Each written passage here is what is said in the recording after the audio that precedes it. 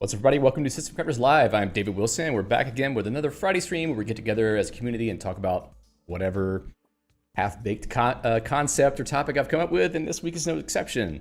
I don't know if you can hear it, but there are helicopters flying overhead right now. Probably is cutting into the audio a little bit.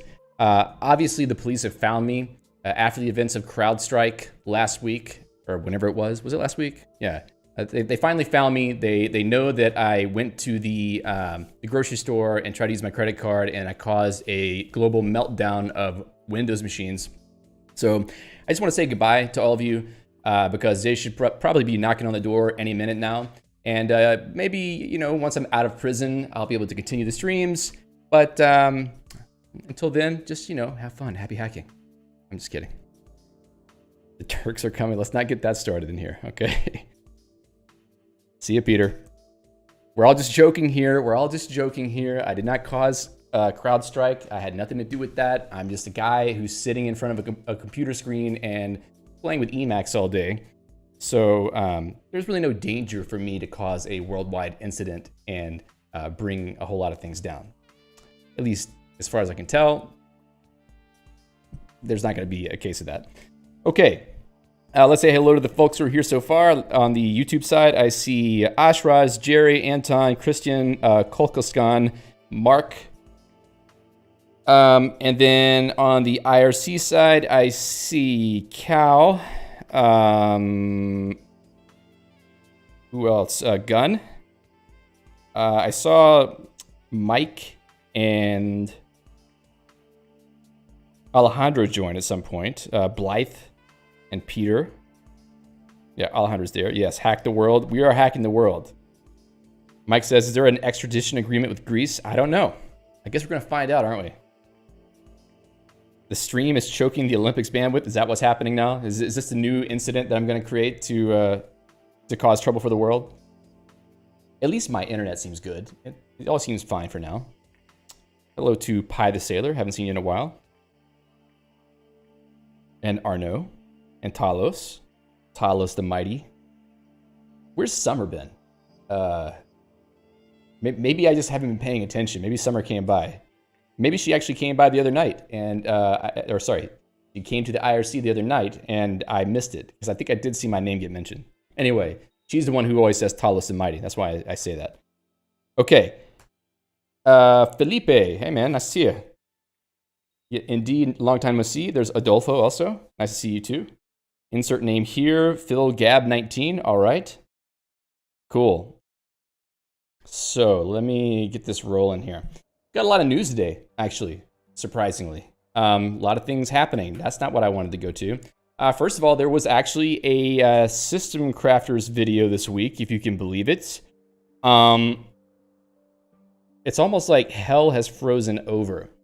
Obviously, since I moved to Greece, the video pace has slowed down significantly. Made maybe a couple of videos at the beginning of 2022, and then did I make any videos in 2023? And then I made one video at the beginning of this year about Scheme, and then now I'm finally getting back into it. Finally, I have landed on a video editing workflow and a recording workflow that might actually get me back into making regular videos again. So we're going to test that assumption by trying to get a video out next week with the added complication that both kids are going to be home from school for the entire month of August, starting now. So it's not just August, it's also the last week of July. So is that right? Cal says, what's stopping you? You know, general distraction, ADHD, like working on 15 different projects at the same time and not finishing any of them. You know, just the general kinds of things. Hello to Technomag, nice to see you. So yeah, that's sort of been the state of things, but I'm very happy to have a video out. I didn't really see anybody, notice it, but there's some kind of interesting stuff going on in the video, like transition wise and with the lower thirds that are sliding in and stuff. So I'm trying to step it up a little bit, no more just me trying to make one long take and just reading from a script the whole time. I'm gonna try to do it a little bit more authentically, try to speak from the heart and from the brain. And speak by the seat of my pants, I guess you could say, and try to, make some videos that feel a little bit more fun and real, and also use editing to patch up the holes that inevitably appear. Peter says, increase production value. I'm trying a little bit. I mean, I spent a lot of time, maybe 2 weeks ago, trying to fix the video, and I think I fixed it. The video looks much better. The audio in the video is a little bit screwed up, though, because I set the noise gate way too high. But anyway, yeah, so we got a new video out. It's about a strategy I use for tagging tasks so that I am able to batch them based on the type of activity that I'm doing, or maybe the place that I'm at, or the device that I'm on. And got a lot of really good feedback. Had a little bit of, not negative feedback, but just, some comments, some colorful comments on Reddit. It's all good though.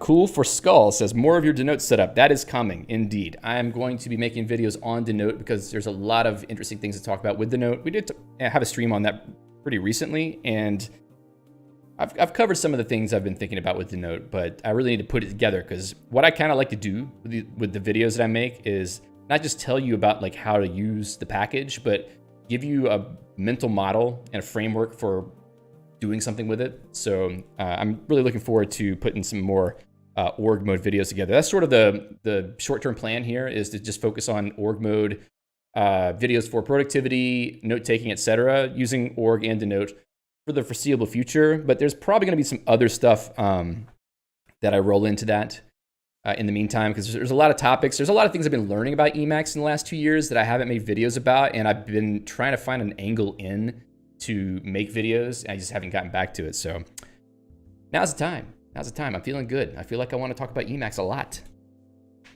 Okay, anyway, Gunn says, by the way, thanks for the org mode video. I'm happy that people seem to like it. I got to get the algorithm primed again. It's been so long since I posted videos that the algorithm just doesn't really help me out any. So I got to start posting regularly to get it to love me again. Okay, enough talking. Alejandro says, on the North Hemisphere, we are in summertime. It's time for summer to show up. Well, it's definitely summertime in Athens. I'm sweating my rear end off literally every day. It is a little bit unbearable. So that's all I'll say about that.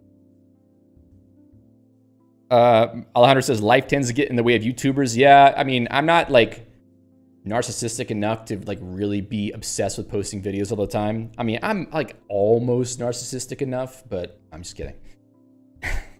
You believe me, right? Mike says, living in vacation paradise probably doesn't help your work. Well, I wouldn't really call this a vacation paradise. I would call this me sitting in my house for the majority of the day and sweating. I don't really call that a vacation paradise. I call that just sitting in your house sweating and sitting at the computer. So I'm not really certain that qualifies. Cal says, it's your job. Yeah, it is my job to sit here and sweat all day. I'll tell you what.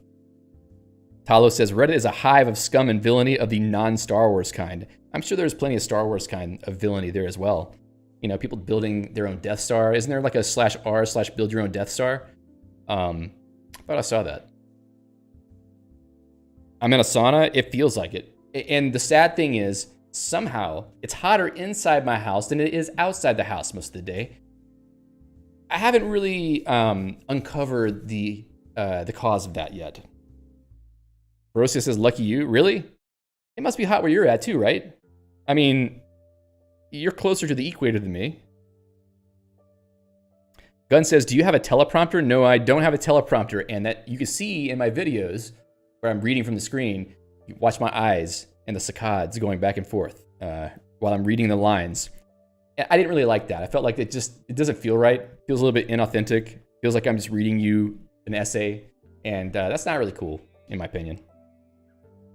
Technomox says a GNU sweatshop. Yeah, it is like that, actually. Ashra says, did someone clip the job part? What did I say? This is the problem. I just start talking, and then I don't know what kind of bear traps I'm stepping into.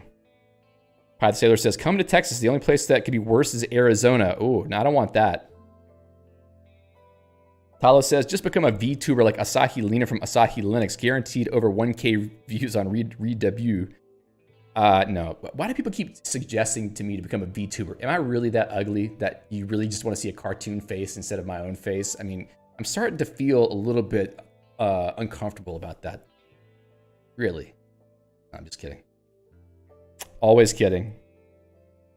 Gun says, tip, window open. No, that doesn't work here. Doesn't work. 12 p.m., open the window, and it's like the breath of the devil just blowing in your face all day.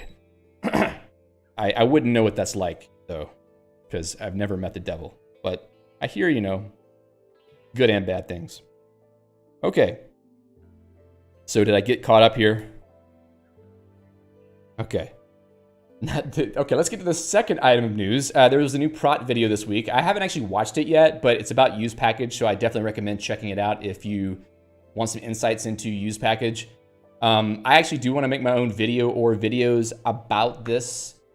Not soon, but at some point, because I feel like now that use package is built in as of Emacs 29, it's a really good thing to use for structuring your configuration and taking advantage of the benefits that it gives you in terms of lazy loading of packages, or let's say on-demand loading of packages. I mean, auto loads in Emacs packages take care of that in large part, but you kind of have to set up your config in a way that doesn't accidentally load a package at startup time. It may not matter that much. I don't know. We can talk about the pros and cons of that another time. But the point is, you should be using use package. I had a little brief interlude with setup.el for a while, and that was cool. But I really feel like use package is probably the most ergonomic package configuration macro that I've seen. And it's the simplest, and everybody pretty much uses it, so you can get help on it pretty easily. So anyway, I'm just recommending you go check out Prot's video. Prot's a nice guy. I really like his packages, and I think you should watch his videos. So that's that. Next is the Mastering Emacs version 29 update is out, just in time for Emacs 30. No shade to Mickey. Mickey's very busy. I know that he's got other things going on, so probably, I'm honestly, okay. If it was me, it probably wouldn't happen. I would just go ahead and skip to Emacs 30. So kudos to Mickey for actually sticking it out and getting an Emacs 29 update out of the book. That was super cool of him. And like we've talked about before a few times on the channel, if you buy a copy of Mastering Emacs, you always get the upgrades to the newest, the upgraded content for the newest version of Emacs for free. So if you haven't checked out Mastering Emacs, you can buy this. You can buy a copy using this referral code, like affiliate code, whatever you want to call it. But anyway, Mickey was nice enough to set up a referral code for us, so that if you buy a copy of Mastering Emacs through this link with the /r/systemcrafters, I promise that's not a subreddit. You will, some of the proceeds will go to supporting the channel. So if you decide to do that, there's that. And if you already have Mastering Emacs, you probably received an email this week. I certainly did, because I bought Mastering Emacs probably like 5 years ago. So yeah, I got that email this week. I haven't read it yet, but Benoit did tell me that Crafted Emacs gets a nice mention in Mastering Emacs this time. Whenever Mickey's talking about recommended starter packs for Emacs, he only mentions, as far as I can tell, Crafted Emacs and Prelude, which is pretty surprising considering there are other starter packs out there that are far more popular.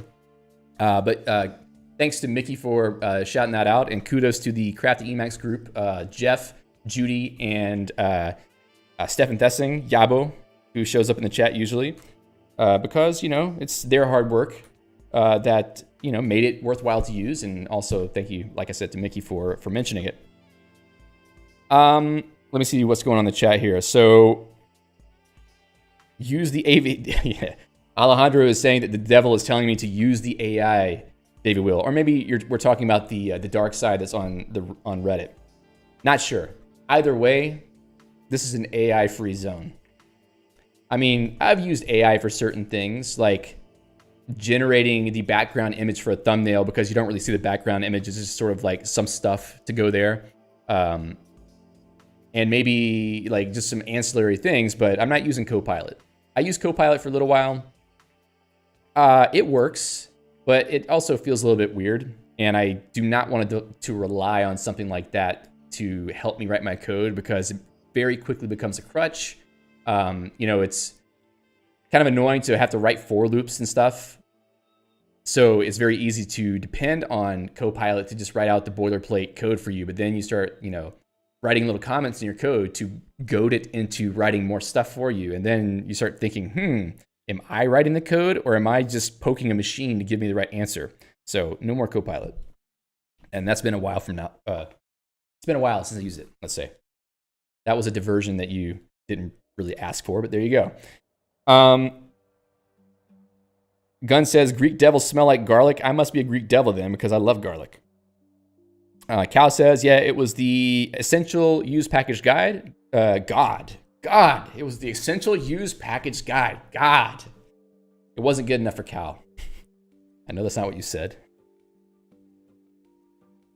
Gunn says, I was thinking of tweaking my crafty Emacs setup to utilize use package. You probably could do that. Alejandro says, could it be easier to read the info manual for which? Crafted Emacs? Gunn says Mickey recommends Crafted Emacs as a starter package. Yes. And Peter says, Mickey is awesome to give a lifetime warranty on the book. Yes, I agree. Let's see. Fade says, it's the best learning text on Emacs. Are my blog posts not good enough for you? I'm just kidding. Hello, John. John says, I moved my Crafted V1 config to a vanilla config with use package recently. Actually, Prot's video has helped me understand a handful of confusing moments in that process. Yeah, use package is really useful, really good, but it's also easy to get wrong.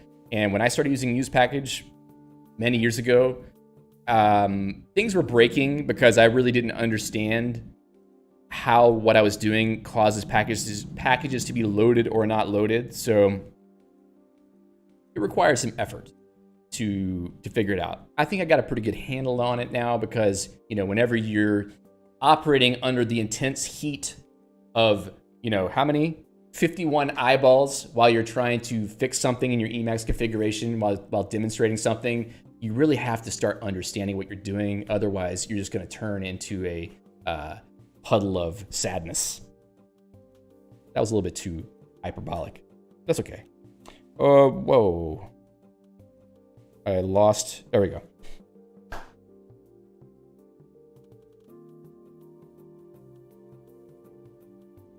All right. So some more chat about vanilla Emacs in the chat. What else?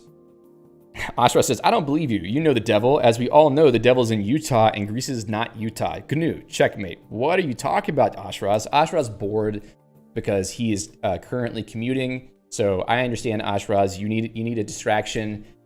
You should come to the IRC more often and watch what I do all day. I'm basically just talking nonsense to distract myself from what I should be doing. Felipe says, is it only me or is the audio out of sync with the video? Probably. I noticed it a little bit before I started up, but didn't have time to fix it. John Baptiste says, can we someday explore language server, basic language server development, and interface with LSP Bridge or LSP Mode? I really do want to talk about language servers and explain how they work. Because if you've never really dealt with them before, you can probably use one that's made for a language that you are currently using for development, but it's better to sort of know what they do and sort of why they exist so that maybe it's easier to debug issues whenever you run into them, because, it's kind of inevitable. You have this external process that's feeding information to and from your editor, and it's inevitable that they're going to break at some point, so it's good to kind of understand what they're doing. Hey, Jeff, I was just talking about how Crafted Emacs got a nice mention in the new version of the Mastering Emacs book. You should check that out. Okay. Daniel says, Geeks is my Emacs package manager. Yes, mine too. Ashra says, currently I'm stuck for the next 90 minutes, basically the full stream, but I'll try to properly join after the next transfer. just keep yourself safe. Keep yourself safe. It's okay. We don't really need the help with left pad today. So, okay. Wow. I'm really not making it through these, am I? So, new blog post by Glenneth. I wanted to pull this up because I feel guilty. I've been a proponent for GNU Geeks for a while now, and through the little journey that I took, switching to Void Linux for like a week, and then switching back to Geeks, I think I sort of inspired some people to try to install Geeks for the first time. There were a few people in the System Crafters chat and IRC who did that, and Glenn was one of them. And Glenn was a trooper. I mean, like, seriously, Glenn really tried hard to get everything set up working right, and he did. Like, he got the whole system set up, was adding things to it, tweaking configuration stuff. But eventually, I think that the sharp edges of Geeks caused some trouble. And he wrote a really good blog post going through actually his whole process of how he set up Geeks, sort of what he learned through the process of setting up Geeks, setting up a home environment, and then discussing some of the challenges he had trying to figure out what went wrong whenever he was trying to set up SMB shares. I made a little joke on the stream last week about, Geeks is easy to install unless you're trying to set up an SMB share. That one was for you, Glenn. I wasn't actually making fun of you. I was making fun of Geeks. Because obviously I was being so sarcastic. I think sometimes maybe people don't realize how sarcastic I'm being. But when I say that Geeks is easy, everybody should use it. It's so easy. I'm being 100%, maybe even 105% sarcastic. All right. So yeah, ultimately Glenn decided to go back to Arch, which I actually think was the right call, because at some point a person has to get some work done, and you can't be screwing around trying to fix Geeks profiles all day. So, kudos to Glenn for sticking through it and then going back to Arch. I'm probably going to switch to Arch now too. So just so you know, now I'm flipping. I'm going to the other side. I'm going to either use Arch or I'm going to use Puppy Linux. So next week, we're going to be talking about how to install Puppy Linux in Arch on a children's netbook. I'm sure you don't believe me, and you probably shouldn't. Nix? Hell no. I'm just kidding. I don't have anything against Nix, but if I'm going to be on one side of any idiotic nerd war, I will pick Nix versus Geeks, because Emacs versus Vim is so played out. I mean, like, who really wants to be in that anymore? That's like your grandfather's war.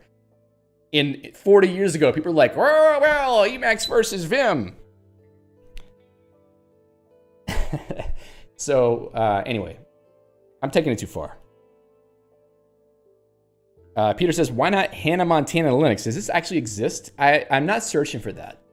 Just so you know, I'm not searching for Hannah Montana Linux, but if it exists, I'm going to worry for the mental health and safety of whomever was involved in creating that. Unless they were, really a big Hannah Montana fan. I mean, if that's the case, that's fine. But like, meme Linux distros should only go so far.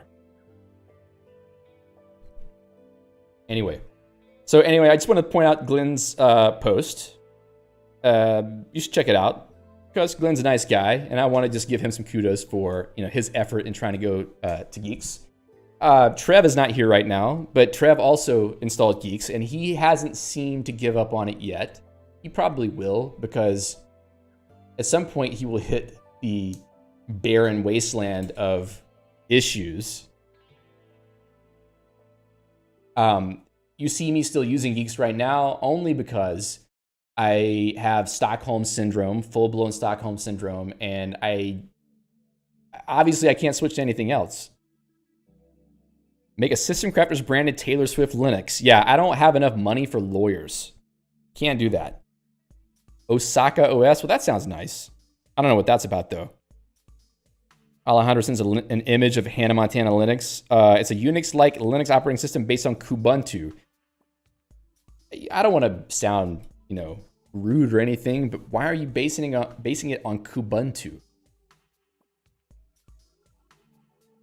Is there some reference to Hannah Montana in Kubuntu that I didn't realize? Fade says, Geeks is a system I want to love, but it's an abusive partner. Someone needs to make the cliques. They need to make cliques, common Lisp geeks. And let's just see who's going to win out in the Lisp wars, because I don't think it's going to be common Lisp. You think I want to be writing all uppercase symbols enclosed with asterisks all day in my configuration? Ain't no way. Ain't no way. I'm writing Scheme, writing common Lisp. You're not going to see me writing common Lisp, okay? I'm not going to be like Case and go defect over to the common Lisp side and pretend like, oh, everything's cool. Yeah, I'm going to try Guile Hoot. I'm going to try Chibi Scheme. No. Not me. Not me. How many people have I lost so far? Let's see. Oh. Fair number. That's fun, though. Case is a warrior, says Fade. That's right. Okay, sorry. Am I wasting time? I'm not wasting time. Last, don't forget the Emacs Conf 2024 CFP. I've been talking about this last few weeks. If you're interested to give a short talk at the Emacs Conf that's coming up in December, definitely take a look at this page and consider submitting a proposal. The deadline is September 20th, so you got quite a lot of time, but you should start thinking about it now. I'm thinking about it a little bit. I'm not sure what I'll do yet, but I feel like it's probably time for me to make an appearance again, because the last one that I did was 2021, right after I moved to Greece. I was presenting at midnight, my time. That was fun. So, with that out of the way, let's talk about hype. So this was inspired by a conversation I was having with Mike earlier this week, and we were talking about something. I'm not going to tell you what the something is. Maybe we'll get to it in the course of the conversation. But he basically asked me, how do you tell the difference between what's hype and what's not? I was thinking, well, that's actually a pretty good discussion to have, I think. So maybe we should do that on a stream. So what I would like to do today is to basically talk about that. How do you know the difference between something that is hype and something that has actual value? And I think that there's not like a black and white answer on that. So the idea is that we're just gonna have a discussion. As you can see, I don't really have a whole lot here on the notes, nothing pre-prepared, but we're gonna try to find, number one, examples of hype, either that are current or, well understood examples of recent hype.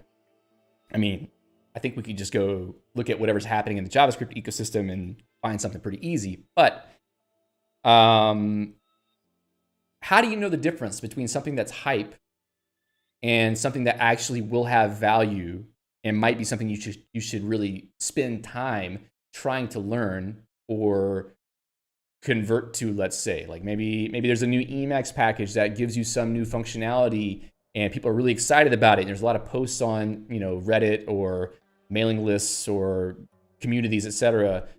How do you know that it's worth your time? So that's the kind of question that I want to answer today with your help, because I am not the all-seeing, all-knowing expert of everything. I'm just proposing a question. I'm just the guy wearing a hat on a screen, leading the conversation. But it's up to you to give me the answer, because I'm not prepared. Let's see. Sina says, I stand on FreeBSD. FreeBSD is cool. I actually do like FreeBSD. I installed it last year sometime. Went pretty well, actually. The only reason why I didn't use it longer is because my employer at the time did not support FreeBSD, not surprisingly, with their, compliance software to make sure that you are using an encrypted drive and all this other crap. So otherwise, FreeBSD is pretty cool. Dolfo says, Geeks is my package manager. I use it in foreign OS. Yeah, that is definitely a thing a person can do, but it's also a thing that will give you a lot of headaches. Let's see. Phil says, Gen AI hype is where I'm working. Yeah, we should probably talk about the AI hype. I think the verdict is still kind of out on that, but there's certainly enough like short-term hype that Mike says, well, I was hoping you had the answer to that question. I have answers, I don't want to be so presumptuous to think that I have the answer and all of the answers. So that's why I try to be a little bit less know-it-all and try to open it up for conversation. All right. trying too hard to follow the chat. Alejandro says, jeans, hat, geeks. Is that going to be the new branding? I don't know. I don't know how I feel about the jean hat. I mean, it's okay. It's different. I'm tired of wearing the other one all the time. We'll see. I should get the pink one, though. I think that would work out pretty well for me. It would pop. But then it might fight with a green screen. Who knows? Yes, I know pink and green aren't the same. Okay, so let's talk about hype. So how do we want to approach this conversation? I mean, the goal is to understand how to tell the difference between something that is just hype and something that deserves your time and attention. Oh boy. So let's see. We said we wanted to find some examples of hype. You know, we kind of want both good and bad. Like what is something that was hyped which didn't really pan out? And what is something that was hyped that eventually became standard? I mean, I don't really know, like, I mean, I'll tell you one that I can think of right now, like React.js. What the hell did I just do?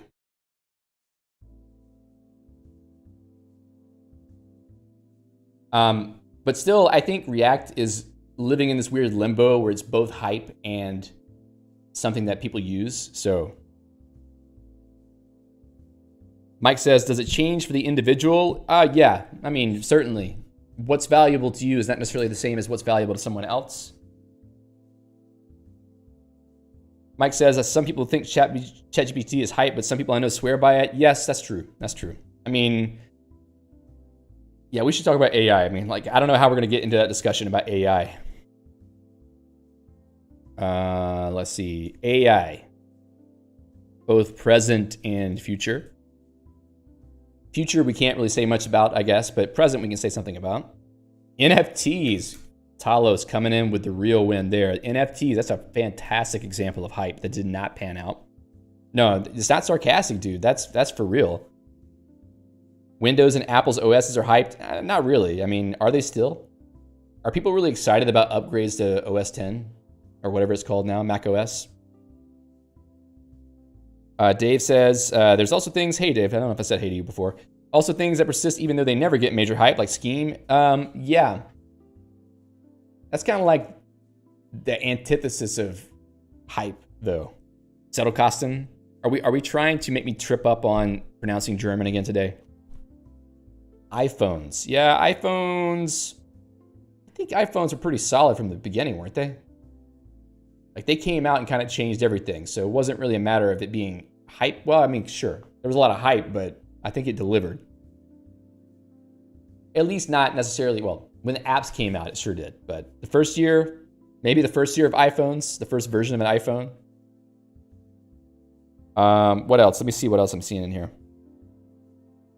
Zed, ooh boy, dangerous topic. You know, I don't know that we can really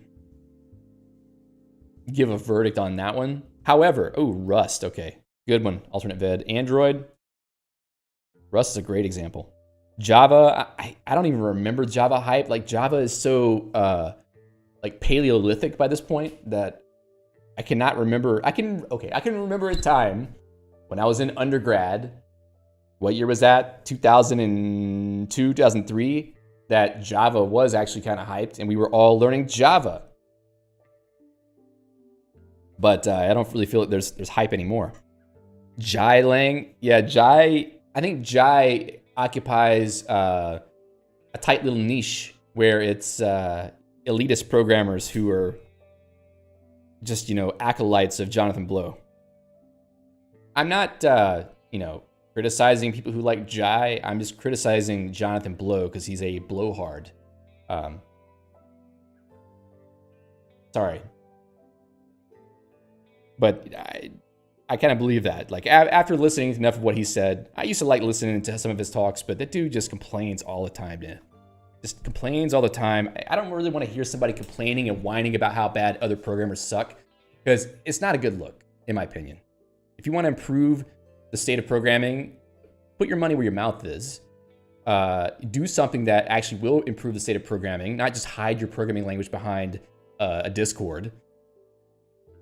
If you got the goods, put them out there and let people use them. And then we'll see if the world is going to become genius programmers in a month. Sorry. I'm really ranty today. Maybe it was something I ate. So Gunn says, your pronunciation of Zettelkasten is pretty good. Maybe a wee bit shorter on the like the mustard in mustard. I'm not going to try to modulate that now. It's hard enough for me to set my mind in the right place to get it out. Oh.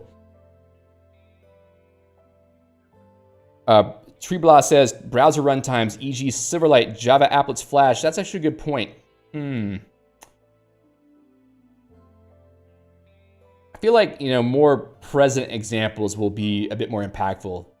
But Flash is a good example of hype that eventually just got destroyed by better technology. Kyle says, you're ranty because you've eaten too many false promises and now you've become bitter. Nah, I'm just bored. Tired. Talo says, sounds like the OpenBSD dev motto, shut up and hack. Yeah, I mean, really, if you want to complain and not offer a solution, then that's just complaining. It doesn't help anybody. All it does is encourage other people to complain without offering solutions. And you're just creating a mob of angry people who are pointing fingers and not, like offering something. Hype train. No. Unfortunately, this channel is not cool enough to get a hype train. That's okay, because it just seems kind of like one of those weird Twitchisms. But you're probably not talking about that case, because I don't know if you're really an avid Twitch user. So probably you're just talking about the general concept of a hype train. Am I still talking? Peter says, I think Swift is worse in the hype value compared to Rust. Now, Swift, are people still using Swift? It kind of was hyped back in, when was that? I want to say 2016, 2017. My wife is using Swift at a job. And I mean, it was okay. I don't really know if they knew why they were using Swift though. Probably because of hype. Kay says, I'm pretty hyped about System Crafters. Yeah, I think that people are probably pretty hyped about me shutting up and getting to the point. Swift? Kay says, Glenn says, anything Elon Musk related? That's a good point. Ooh, man, that hype bubble has just... I would say the Elon bubble has not just popped. It's like turned into a black hole and completely sucked everything surrounding it into it. I got in trouble once recently, maybe a year ago. Somebody got really upset that I said something negative about Elon Musk as if it was a political statement. Go read the guy's Twitter, okay? Go read what he writes on Twitter and tell me you think this person is operating from the best interests of everyone, let's say. Maybe 10 years ago, you could say that Elon Musk had some ideas and some plans that might help the world, but you're not gonna find that now. All you're gonna do is find him desperately posting memes that he stole from someone else, trying to seem funny, and then taking sides with whoever has the most juice at any given moment. So I don't really, I think the Elon bubble is long beyond popped. As you can kind of tell that by what's happening with the stock prices of Tesla, etc. Okay, anyway.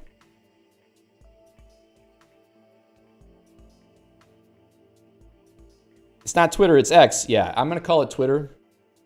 I mean, objectively, x.com is a cooler name, but whatever. Pyramid Builder says, desperately posting memes is a funny-ass sentence. Yeah, it is kind of funny. Not because I said it, because it's true. Oh, Armin says, how come I don't see the chat in the IRC? I'm on the wrong channel. It's systemcrafters-live.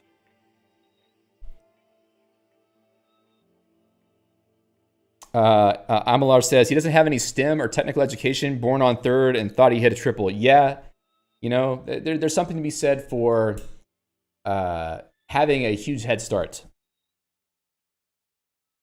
Eric says, the stream start early. I thought it was scheduled for 9:15 a.m. No, I need to update that banner image. It is 3 years out of date. I keep forgetting about it. Case says, Twix is delicious. No hype there. Mm-hmm. Okay, sorry. So I think we've got some good examples here of things that were hyped. Now let's talk about whether they panned out. I want to point out Rust first, because I saw that Peter was in the chat saying that Rust panned out. I think Rust did pan out. However, I'm not really sure that it's the solution. And it's not really me. It's not stream for me to talk about Rust. It just sort of came up. Rust was super hyped because it's supposed to be the way to write correct programs. Correct. Anytime we get into like type systems or functional programming, especially functional programming plus type systems, people get really antsy about writing correct programs whenever it's human beings writing code, and human beings are flawed. So it's not like a type system is going to help you to write a program that does not crash or does not leak memory. It might, but it also might give you an aneurysm trying to jump through the hoops that the borrow checker is trying to put you through. That's kind of why I'm not really hyped on Rust myself. I feel like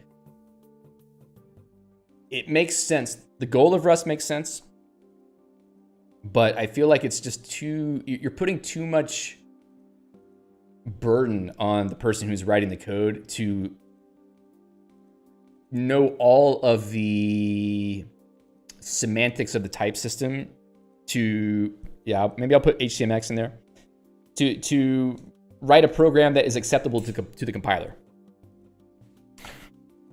Peter, are you repeating memes? Okay, we're not talking about that one, Nico. So let's see. So Rust has been around for a while. It's been through a lot of different cycles of hype. You know, you got everybody on the internet talking about, oh, you should rewrite it in Rust. I don't really think that is a logical thing to do, to go rewrite everything in Rust. I think that if someone is an enthusiast of a language, it makes sense for them to desire to rewrite something in the language that they're interested in. I mean, I've written my fair amount of stuff in Scheme that really didn't have any business being written in Scheme. It would have been much easier writing it in some other language that had more libraries and support for certain things. But just because the language exists and people like it doesn't mean that it should be the language that is used for everything. So that's hype. You know, it's hype whenever people are so excited about something, they're trying to sell it to you as if they are a religious missionary who are trying to come and convert you to their religion, which often is what it's like whenever hype is happening. You see people go to you, they will just come find you. You'll be talking about something completely unrelated, and they will be like, have you heard of my Lord and Savior Rust? That's when you know that there's some hype going on. I think that NFTs were big on that too, because everybody was talking about NFTs. And at the beginning, well, let's not talk about NFTs yet. The point being is that Rust definitely has been hyped up a lot. However, Rust does work. Many companies have been using it. Many teams have been using it quite successfully. But the question is, does it have value for everyone? No, but it doesn't have to. It has value for the people who actually need it for the problems they need to solve. I mean, there are certain types of programs that really do benefit from having there be greater memory safety, because you really don't want your X-ray machine to start doing the wrong calculations because the heap got corrupted and now it's basically irradiating your entire body excessively. So it makes sense that Rust exists. I don't think that the intense hype is really warranted, because people just want something to be okay, here's the thing I think. A lot of times people on the internet are desperate for something to be the answer, the sole answer that solves all their problems. I think maybe many of us have experienced this even in ourselves, that we really want there to be one thing that we can use for everything. Scheme can be like that. I mean, sure, I've tried to do lots of things in Scheme, but I'm not delusional enough to think that Scheme is the only solution to everything. So I'm not sure where this kind of desire comes from. Maybe it's just a human thing where it feels safer if you feel like you have the answer to everything. But some critical analysis is warranted, I believe, whenever you are trying to propose that something is the only answer to every problem.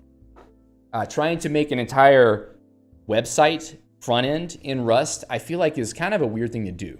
Because why do you need it? The whole point of Rust is memory safety for native programs. So why are you trying to write Rust on the client side? What does it help you with? I'm not entirely sure. I mean, sure, there's plenty to say about writing the client and the backend in the same language, code sharing and all that. JavaScript has been using that point for a long time. But it's almost like you're trying to slam a square peg into a round hole at that point. So I don't think it's the solution for everything. I don't think any language is the solution for everything, for every type of program.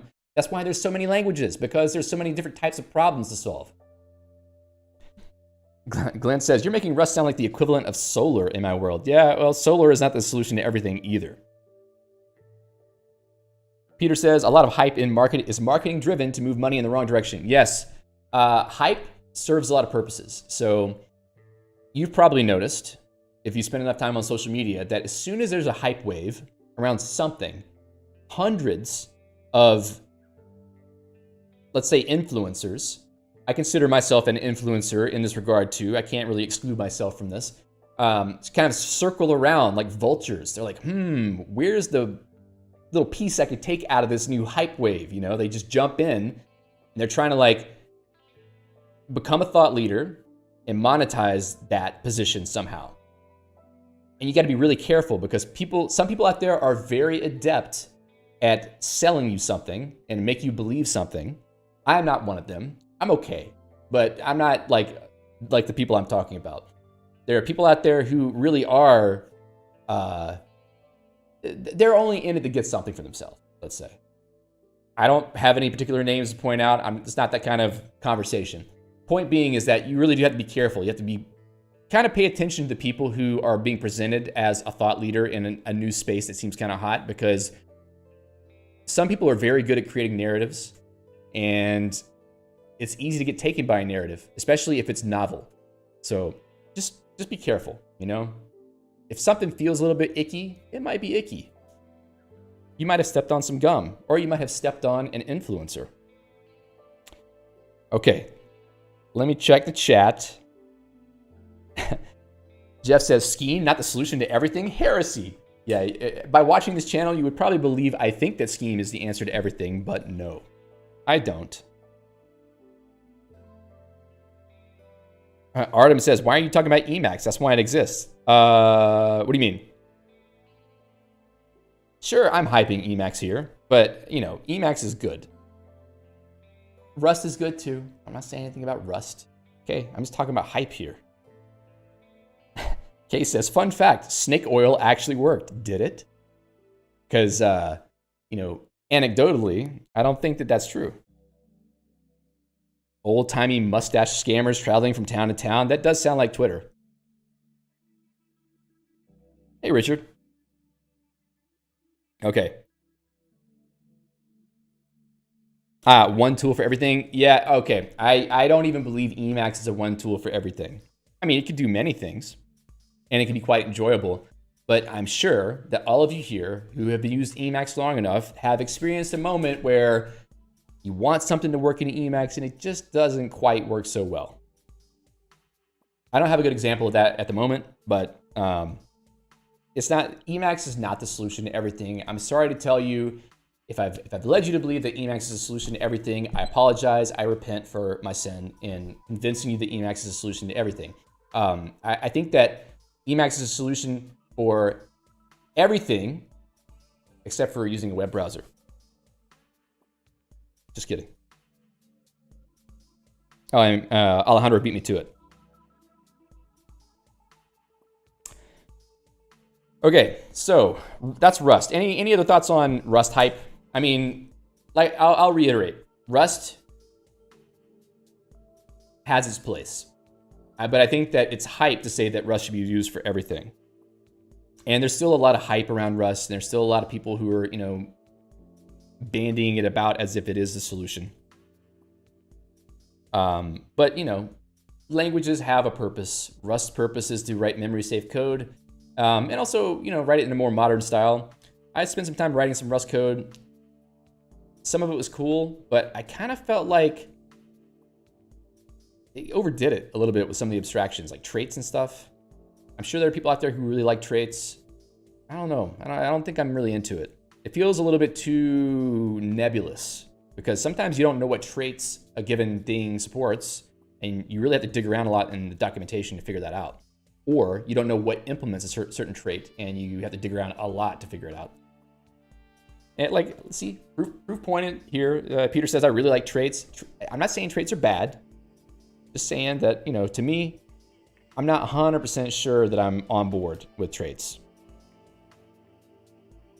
And I'm probably not going to spend the time to learn Rust well enough to be on board with that. Peter says, that being said, I'm using Go now. Yeah, Go. Go is another half measure. Go is a very strange language. It's another language that has a very specific purpose, and it's basically writing services. A lot of people use it.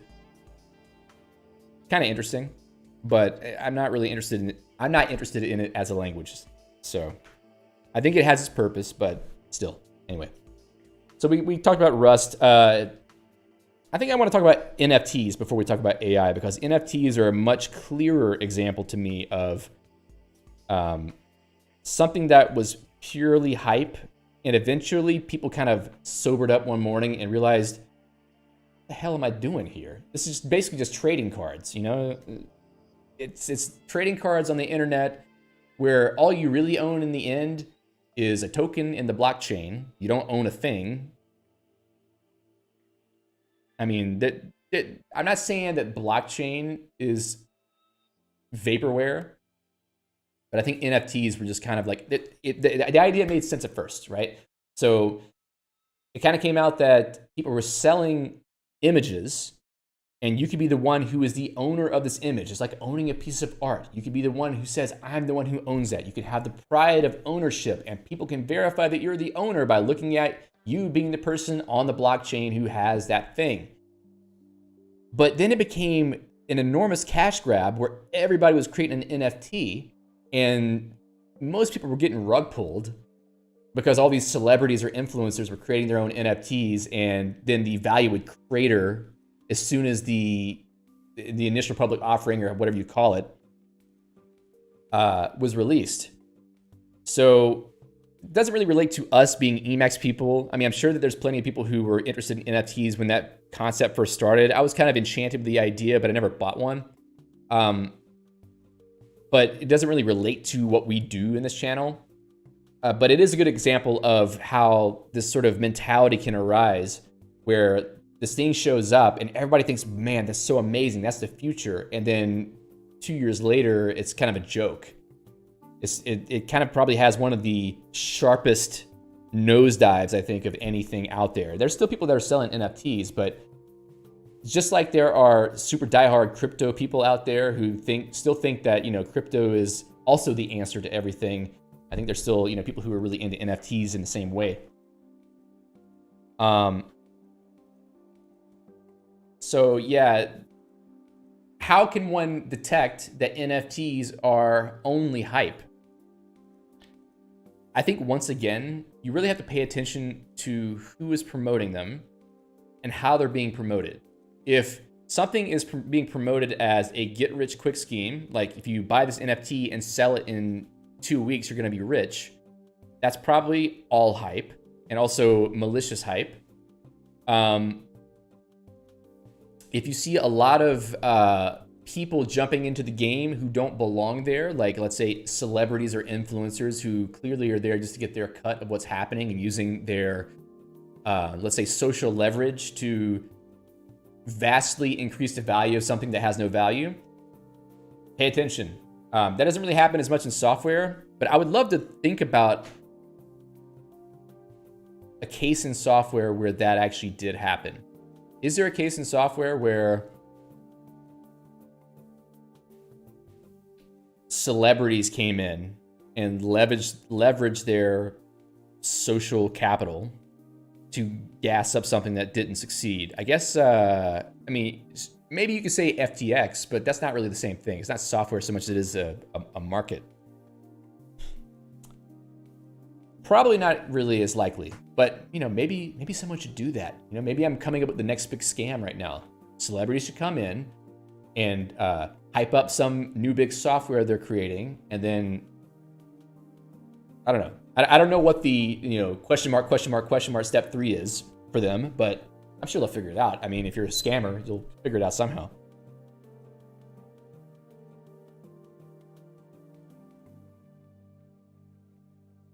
Benoit says, oh, we're talking about a famous Linux phone manufacturer? Which one is that? Cal says, there are celebrity programmers. Yeah, there are celebrity programmers, but the ones that seem what's the right word I'm looking for? The ones that seem the most shady are kind of localized to a few programming language communities, and it's not really across the board. I mean, there are famous programmers. You don't really see John Carmack out there shilling for something weird.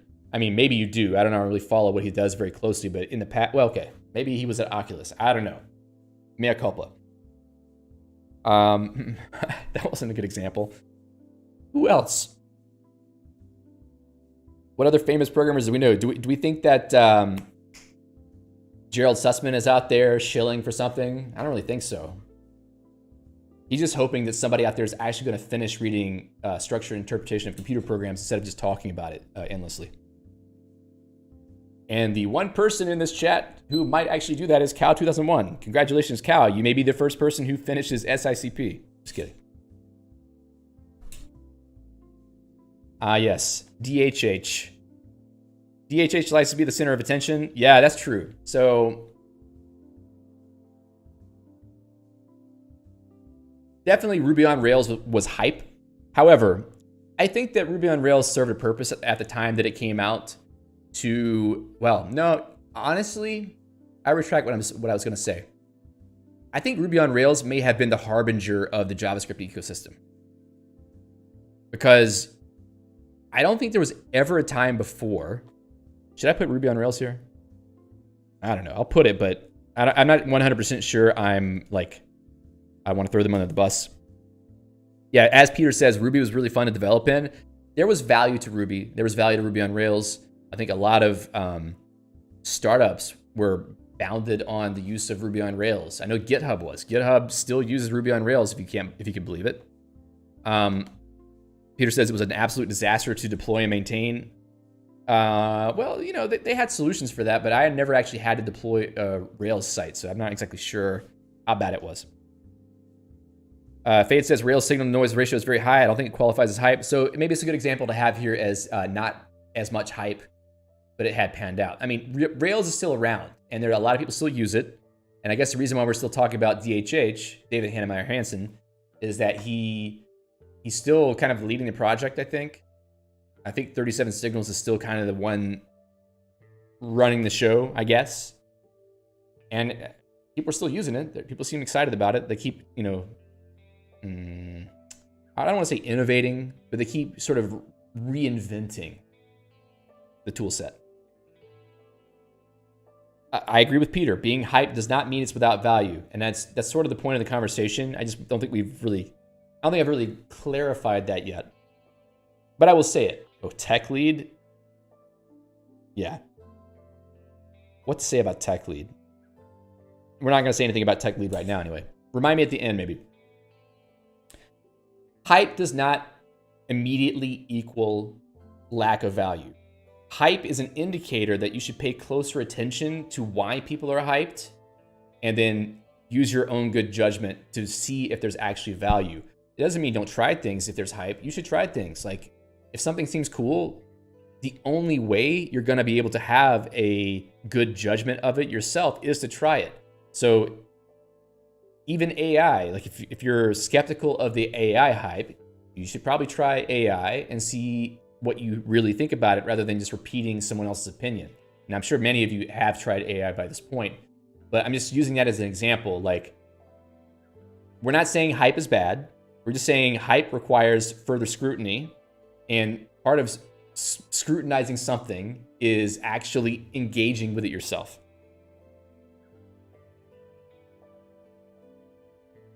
Rob says, one of the highlights of Ruby on Rails was convention over configuration, which was cool at the beginning, but maybe very fragile at the same time. I like the idea of convention over configuration, but you really run into, like, as soon as you're off of the golden path of whatever the tool is, then it becomes very difficult to get it to do what you want. So conventions only go so far as the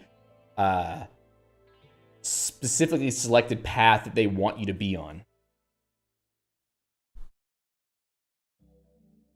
Peter says, also see who is hyped and why they're hyped about it. In many cases, because they're doing magical thinking. Exactly. This is why you should pay attention to who the influencers are around something and just read what they write and see if anything in your body starts to feel kind of like a little bit creeped out. That's a pretty good indicator.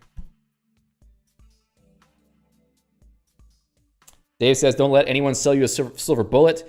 The only time you should let someone sell you a silver bullet is if there's a werewolf standing 10 feet in front of you. Then definitely buy the silver bullet and then use it. And then, you know, maybe you'll find something else to do afterward. Nico says, I understand hype is something which is popular at some time, but won't have a positive impact influence. I don't know. Like I said, things like React were super hyped at the beginning. I think there was some value to React. However, now I think that people are starting to realize that the overcomplexity of React is a burden, and they keep trying to reinvent React or create new patterns around it to deal with the crap that was created from the last set of patterns. So maybe it's not a good idea, not a good example. Hey, Judy. Okay, so Ruby on Rails still being used by a lot of people. It was hype.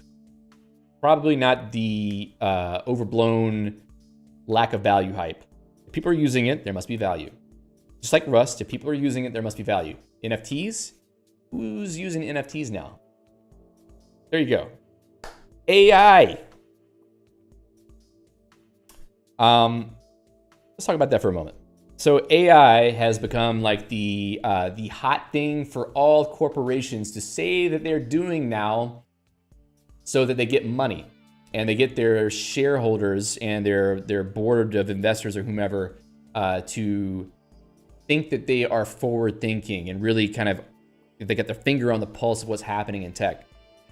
A lot of hype around AI right now, but there's also a lot of things being developed which are pretty impressive and quite scary at the same time. Obviously, the verdict is still out. Is AI going to change everything as people say? Well, you know, it's been a year since ChatGPT, was it 4 or 3 that came out last year?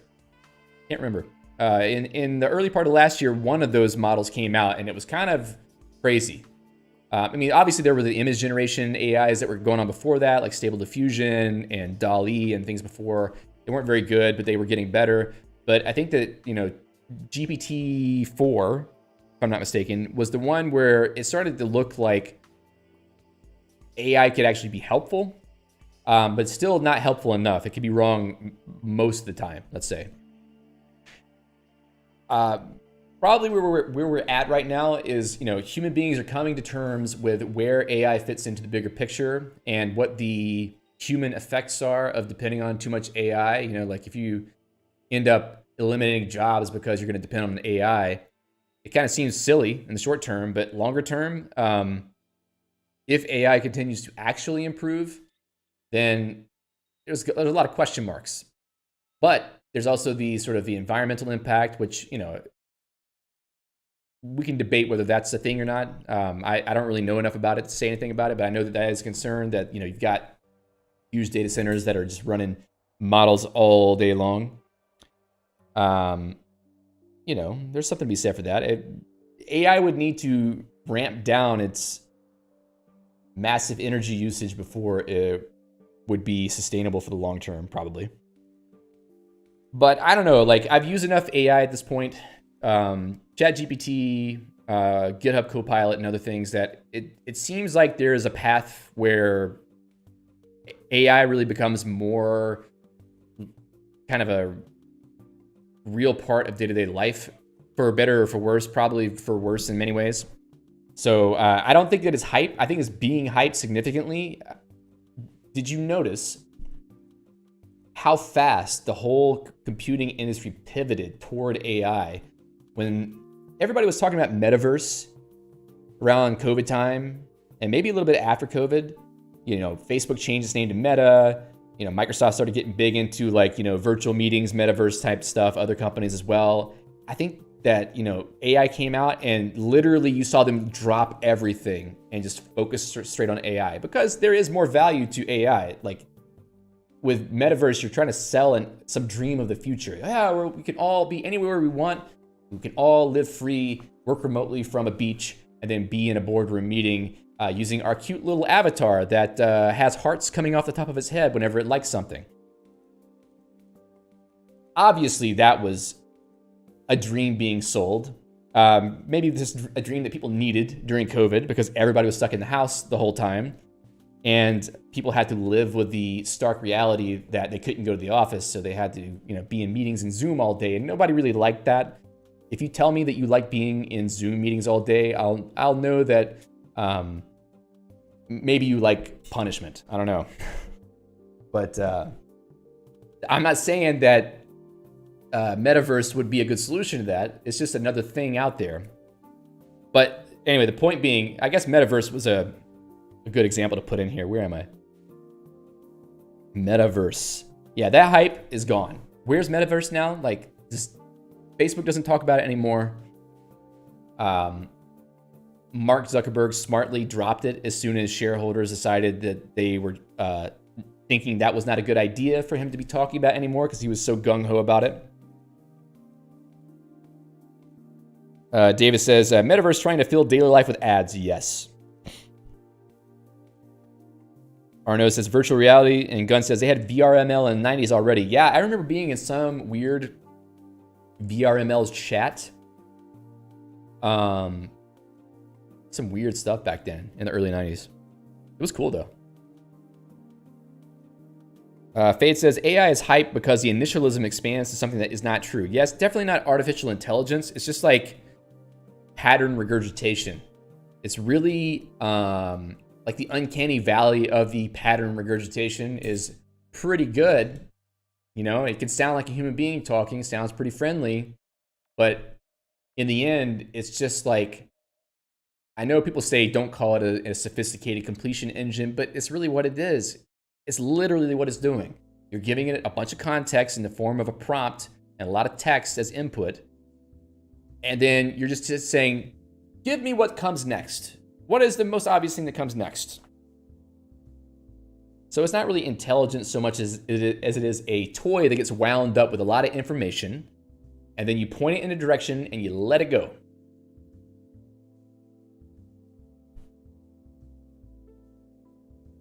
Jeff says, off to work, guys. Work is hype some days. True.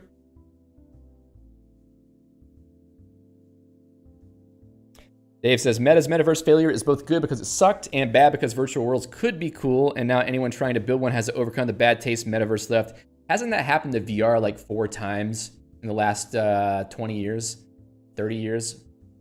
Seems like every time VR comes up, we make it a little bit further than the last time, and then it just sort of, you know, like wilts before it can fully flower and bloom. You know, the whole Horizon, I don't remember what it was called, but the whole Horizon thing where like nobody had legs, that was so funny. Insert name here says, I often think about how data mining is just an exciting way to say data sponge bath. Okay. That is a funny way to describe that. Nico says, having value cannot be a criterion since it's very subjective. Certainly it's subjective in some ways, but you know, I think that there's some value that's more valuable than others.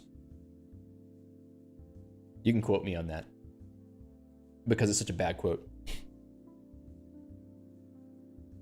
Sally the Goose says, Zig also seems extremely hyped right now. Yeah, Zig is also hyped. I'm having a hard time. Like, I like Zig a lot, or sort of, let me say this in a clearer way. I like what Zig is trying to do. I have used it a bit over the years. I was a GitHub sponsor for the project for a while. But I'm still not certain what Zig is for. It's a better C. It's not Rust. It's not as complicated as Rust, but it has its own idiosyncrasies, which are kind of weird. I understand why the language designers chose to do some of the things they did. That doesn't mean I think they're good ideas. Comp time is kind of an interesting thing because it's sort of like macros in a sense. It gives you the ability to add things like, you know, generics or templates to the language without complicating things, but it does complicate things. I don't really know. I haven't used Zig enough. Nico says, your quote is only true on a subjective level. Let's be real here. There is no objective truth. There's only things that we can experience with our senses. There's only things that we can communicate as information, but objectively, we really know nothing. There's no objective truth. Everything is subjective. I don't know. Like, we should ask Protasilas about that. He's more legitimately a philosopher, but I'm pretty certain about that statement. Everything is subjective.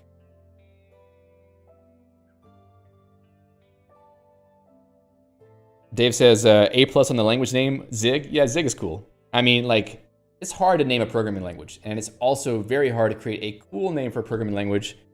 Zig is closer to the mark. Rust is pretty good too. Richard says, Kant moment. Yeah.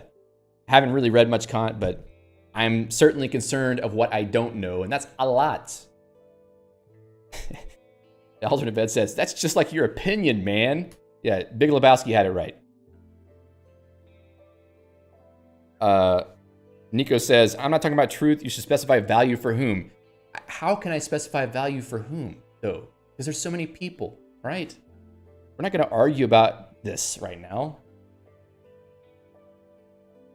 Has anyone made a language named Zag, says J. Fred. I don't know. But I'm not sure I would like that as much as Zig. Okay. Benoit raises the right question. Is System Crafters hype? I don't think so. But you would have to tell me, because I don't really know. I don't think I'm doing a good job of creating hype here. You know, based on the 45 people who are here right now. Nico's asking value for developers, value for Emacsers. Well, I don't know, man. Like, the value would be for the people who are the target audience for any of the things we're discussing. Definitely not for Emacsers. I mean, I wouldn't say that there's specific value of Rust Emacsers aside from the efforts in the past that people tried to rewrite parts of Emacs in Rust, which didn't really pan out in the end. Value for developers, it really, like I said before, like Rust has a specific use case, which is memory safety for native programs. So the value is for the people who engage in that activity. And I'm not, I mean, I am a native code developer, but I'm not a person who is highly concerned about memory safety because there's other tools for dealing with that. And the crappy code that I write is not mission critical, and it's not going to harm anyone except for just, you know, frustrating them when it crashes. So sure, we can talk about the value of something in relation to the target audience. Certainly makes sense. And I think I'm sort of talking about that in terms of some of these. So anyway, back to the point about AI. The verdict is out. There are many different people that AI could have value to. And the level of value it has to them is with respect to what they're using it for and what they need. So it's very difficult to say what the value is. However, I do think that it will be valuable for some people. But at what cost? And I'm not really making like a hard statement on that. I'm just sort of acknowledging that we can't really just accept that AI is all good until we've seen more and seen where things are really going to lead. But there has been a lot of impressive stuff coming out of AI. Nobody can deny that.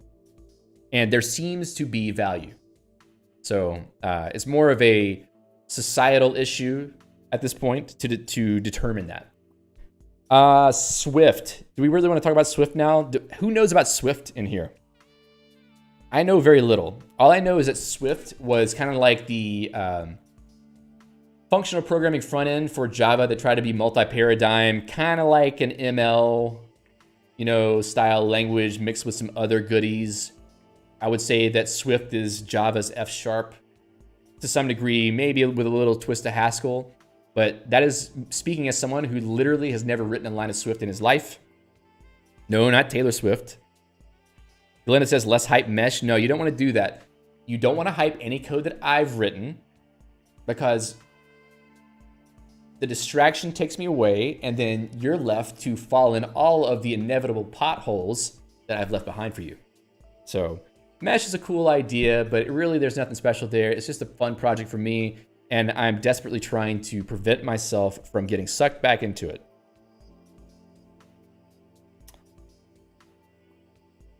Let's see. Benoit says, was it pushed by Apple? Was it? Oh, God, Swift. Dude. You know what I've been thinking the whole time? I've been thinking Scala.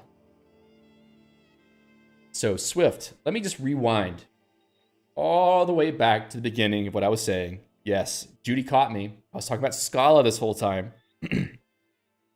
It does sound like Scala because I got confused. There's too many languages that start with S. So Swift, what do we want to say about Swift today? I don't know. I mean, who likes writing Objective-C? I never have. But it seems like Swift might be nicer than Objective-C. Yeah, exactly like what Judy says. It's probably better than Objective-C. Dave says Swift is successful because you kind of have to use it for Apple stuff. Do you have to now? Alejandro says it swiftly passed away. People were writing Skaja instead of Scala. Oh, okay. Yes, what you're saying is people were sort of writing Scala-flavored Java. That's definitely a risk in any of the Java targeting languages, especially like Clojure. One thing I heard from someone recently, it was probably Andrew Tropin, is that you can write Clojure and you're definitely writing Lisp code, but very quickly you start having to touch Java stuff because Clojure doesn't have its own implementations for standard library things that Java has. They just sort of defer to Java, so you end up dealing with Java. And I think that's probably common. Dave says Skaja. Is that a Steely Dan album? It should be. They should create a sequel to Aja and call it Skaja. Fade says Objective-C is small talk, the bad parts. Okay. Let's see.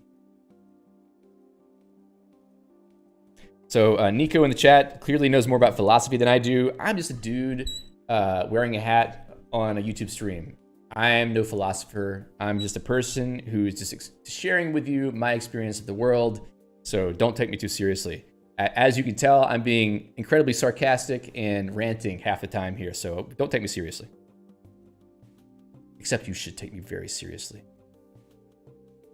Treebloss says Swift, I think, is accomplished as an Objective-C replacement, but it's failing in its goals of simplicity. Hence, Chris Slatner and Mojo. Apple is at least invested.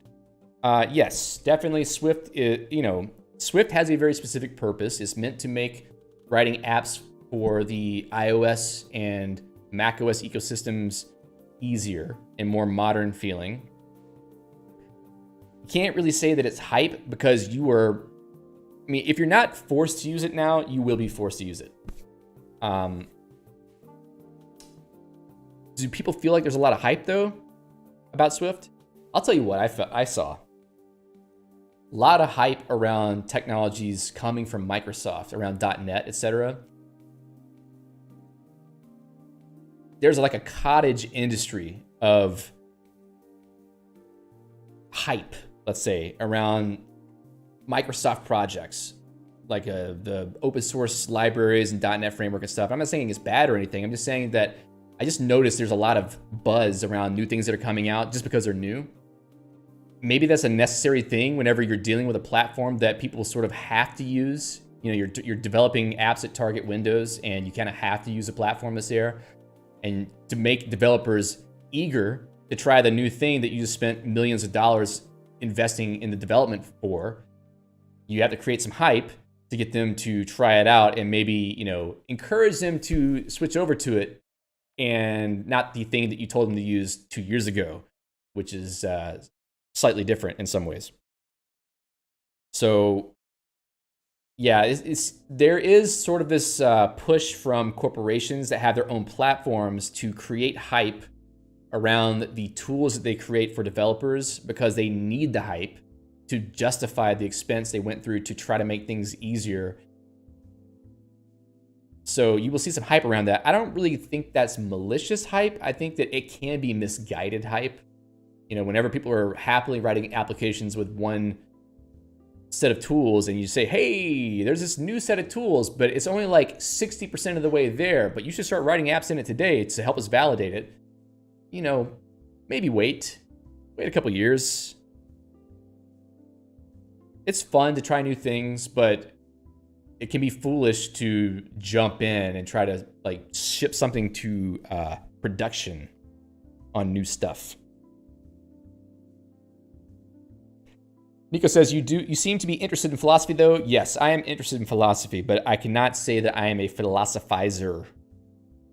Lenamaz says, Swift for the server-side code was a promise though, but never really materialized properly. Its standard lib was too mobile focused and much too many things missing. Yeah.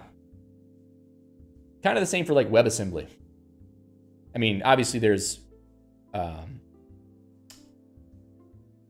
hosts, I guess you could call it, for WebAssembly to run on the system, which I think those will eventually be successful, but it is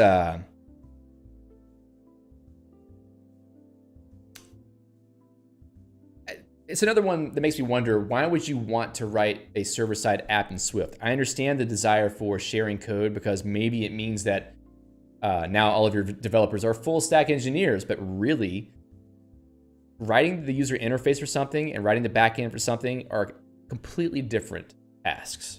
And they require different tools. They have different performance characteristics.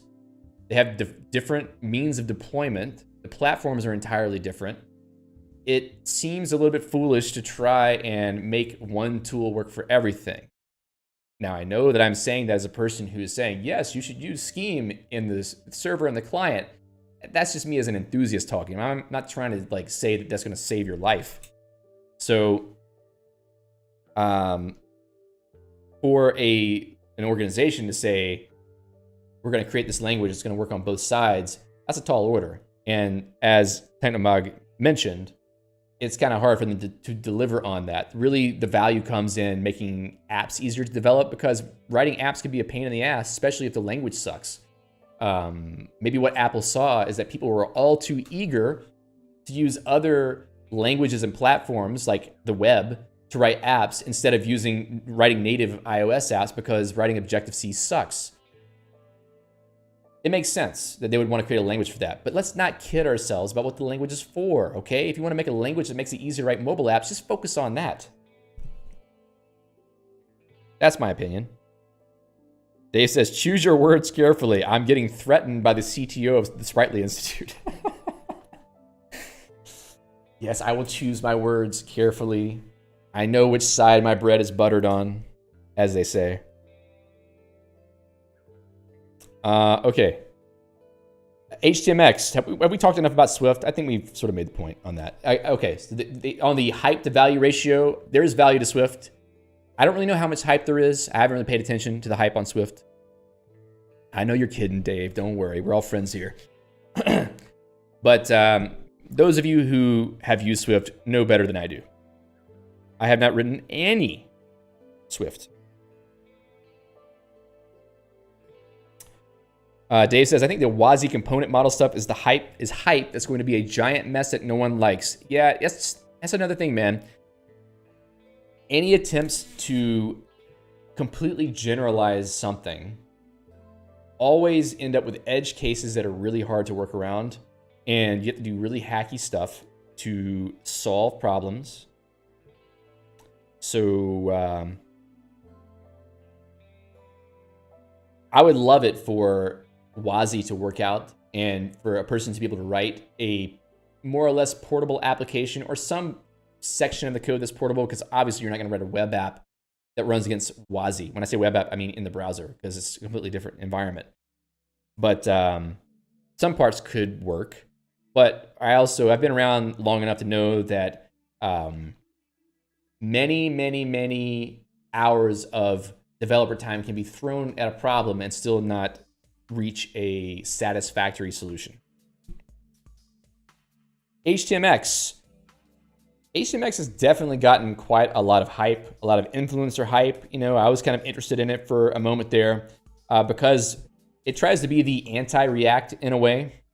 React, which I've mentioned a few times before. If you don't really know what React is, it's a UI framework for JavaScript web apps that uses a more functional programming style, but it puts it in a context where nobody is familiar with functional programming, and you're trying to get them to write a user interface using functional programming data flows, and you have to create very strange mechanisms to propagate state across the different parts of your application, because one of the other points of React is componentization of everything, but you still have to communicate information and have data show up in multiple places. So it becomes this huge rat's nest of information and code. And there have been many different attempts over the years of cleaning the whole thing up and making it super pretty and the perfect solution. And I don't think anything really worked out. So in the end, I think people realized that React was too complicated and they started looking for alternatives. And I think HTMX is a proposed alternative which tries to appear as if it is much simpler because of the way that it is hypertextual. I think that's sort of what they're going for, right? Where you do more of the stuff in the actual HTML itself using custom attributes that go on elements that indicate that something in that element will change as a result of an action or some data that gets returned by a web request, an API request. It's interesting, but it's in the same sense, like it's got its own set of weird things that you have to learn how to do, some quirks you have to deal with. I haven't really written enough in it. I've experimented with it a little bit. I get what they're going for. It seems interesting to me. Definitely it's hype for now. It could turn out to be something valuable for people who are doing web development who don't want the complexity of React.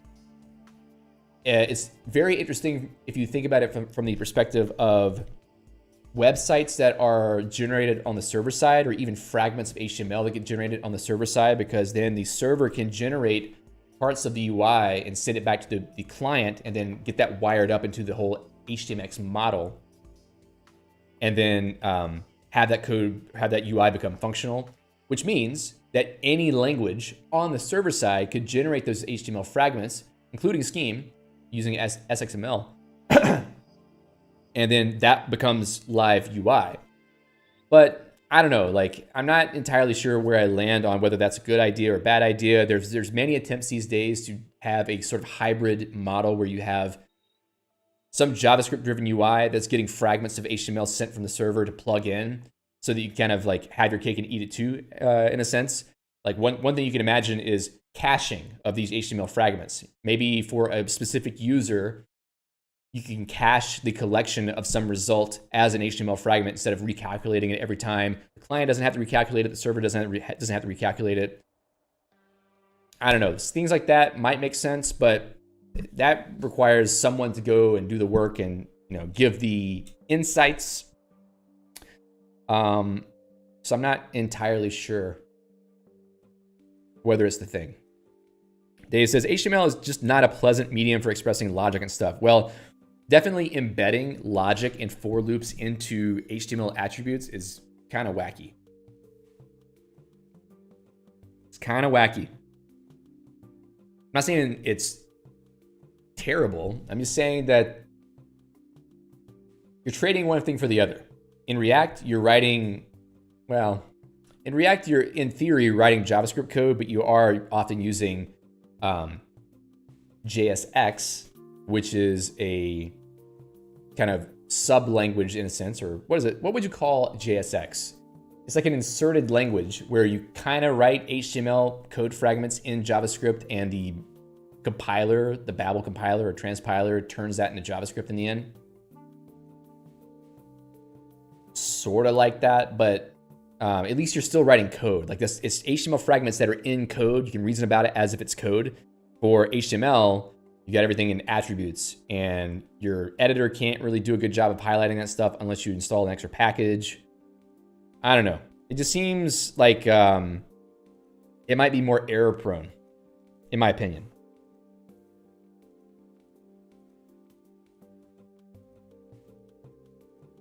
Christian says HTMX is great, should be standardized and included in the standard. I don't know. I think HTML does a good job of just being a document format that can be extended with scripts. I don't know that I would want to make what HTMX does a part of the HTML standard, because it's a lot of extra stuff that a browser developer would have to implement, et cetera, et cetera. It's better as a JavaScript package, in my opinion. Gunn says DSL, domain-specific language. Yeah, it's kind of like an embedded DSL, for sure.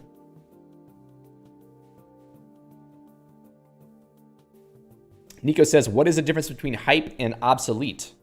Well, I think that hype implies that it is actively being promoted, and obsolete implies that people have generally come to the conclusion or realization that something is no longer providing the same value in light of other newer options. That is a definition off the top of my head. I'm not even sure it makes sense.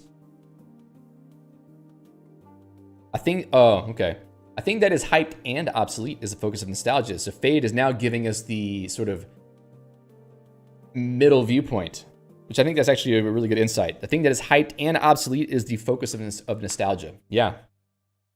So like Commodore 64, Amiga. Radesh says, how would you classify blockchain? Well, there's a lot of hype around blockchain, but I think that the underlying technology probably has value in a few different industries because of what it is. But the hype around blockchain as the solution to everything, when someone says something is the solution to everything, it's going to change the world, it's going to change everything, definitely take off those rose-tinted glasses and take a good hard look at it, because somebody is trying to sell you something. It says Amiga will rise again. I mean, Amiga seems pretty sweet, dude. I missed the Amiga wave. I really hate that I missed it. I had a Commodore 64 growing up, and I didn't really know that the Amiga existed. I wish I had known that.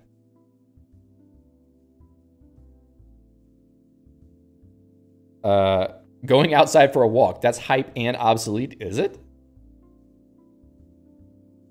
Nico says blockchain brings a lot of value to logistics. Yes, I'm sure it does. I have no doubt that blockchain has a lot of value to certain industries, but it is also not the solution to everything.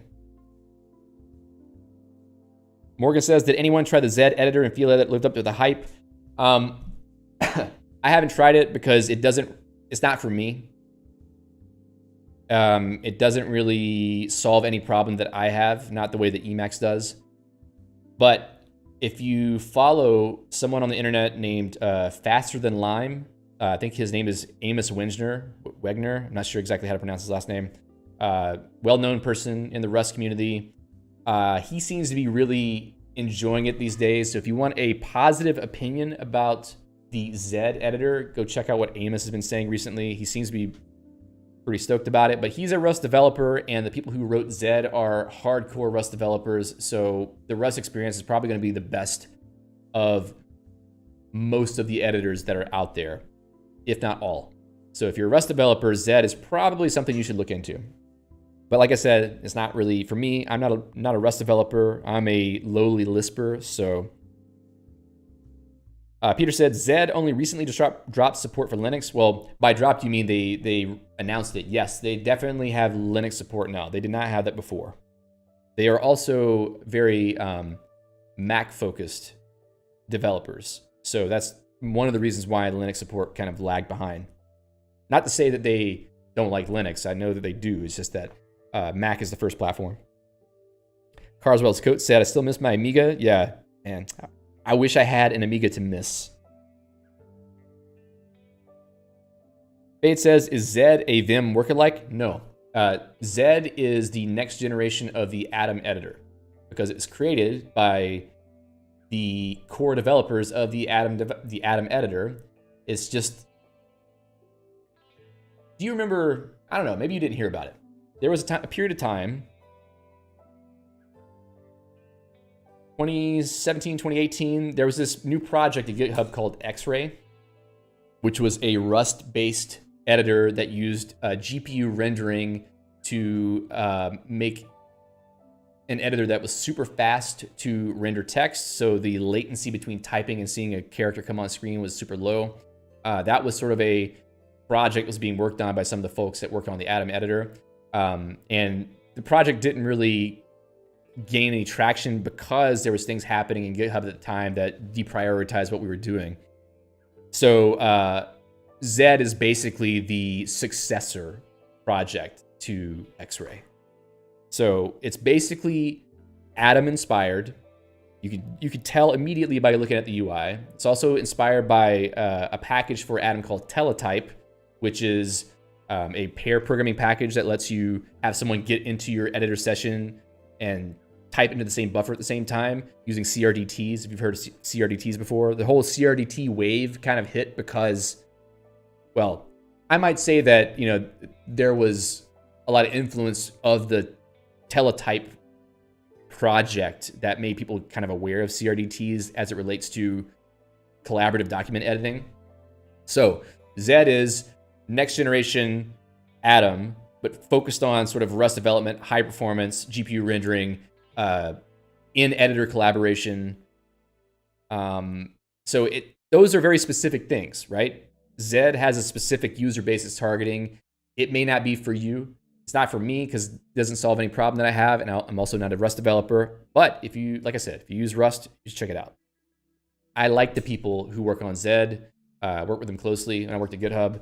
They're good people, and they mean well. Like, they care a lot. So I don't have anything bad to say about Zed. I wouldn't have anything bad to say about Zed, only just that I haven't really used it that much because, let's be accurate, I haven't used it at all because it's not for me. At least not right now. Maybe in the future it will be. I know they're adding extensibility using WebAssembly at some point. Maybe they're already working on that, not sure. And in theory, you should be able to write extensions for the editor in your choice of language that compiles down to WebAssembly. So that might be another place where Hoot could participate.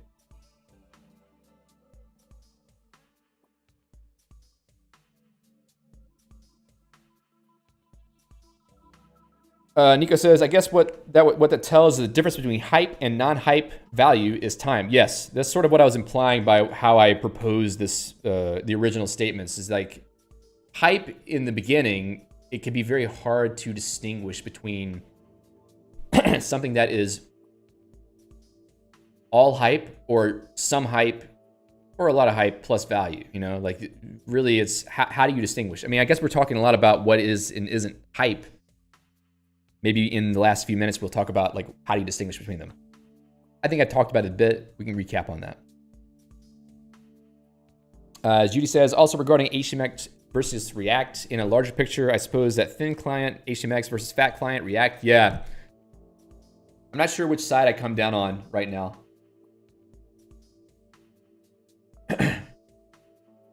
My aim is usually more for simplicity. The more complex you make something, the more likely it is to break. And the code that I write breaks constantly, so I don't want to have to deal with so many breaks. So I try to do things more simply. I would much rather write some really dumb JavaScript code that tweaks some DOM elements whenever I don't need something overblown, instead of using React for a very simple web page. Ashra says, did you show the Gartner Hype Cycle article picture on stream? I have it here and I didn't open it yet. I probably should do that.